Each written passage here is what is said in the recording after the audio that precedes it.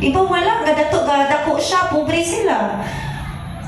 Nya pagkahuman, nagsige pagod siya o iyang gibuhat is the ministering the word of the Lord. Unya himuan pagud siya istoryang dili mao, dauton pagyud, pagitaan pagyud og sala, bisag walay sala.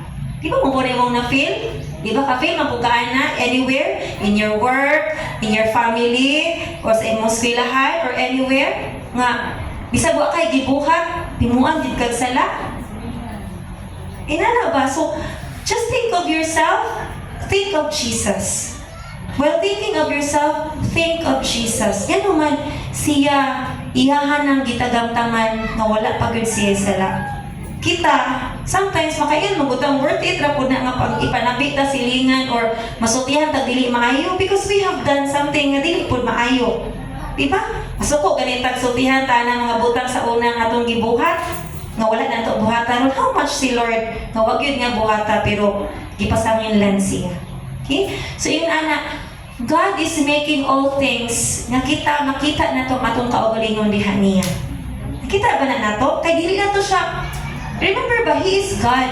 But while being God, He is also a human being like us. Unsay imong gisinati na sinati na ni Lord. Kanang pain, na-feel po na niya ng pain. Until the end. Yes, ang kagutom. Na-feel na niya ng kagutom.